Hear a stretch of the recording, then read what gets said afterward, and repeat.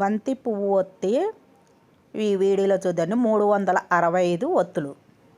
మనం దేనికైనా పత్తి శుభ్రం చేసేసుకొని మనం గింజలు అవన్నీ తీసుకొని ఇలా చేసుకున్న తర్వాత మనం దారము ఇలా పోసుకోవాలి. అంత దారము ఇలా చేసేసుకోవాలి. ఇక దారం అంతా ఇలా తీసుకోవాలి. ఇలా తీసుకొని ఒక చిన్నది అట్ట ముక్క తీసుకొని 183 పోగులు ఇలా పోసుకోవాలి. మొత్తం చూడండి ఇలాగా.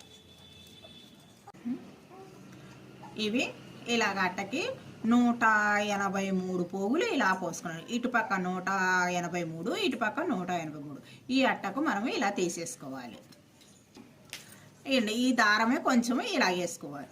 వేసుకొని దీని మధ్యలో ఇలా పెట్టేసుకోవాలి. పెట్టేసుకొని దీన్ని 2 ముళ్ళు వేసుకోవాలి. ఇక ఇలా కట్టేసుకున్నాం కదండి.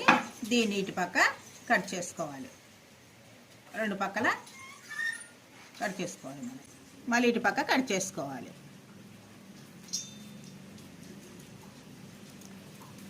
ఇలా కట్ చేసుకున్నాం కదండి.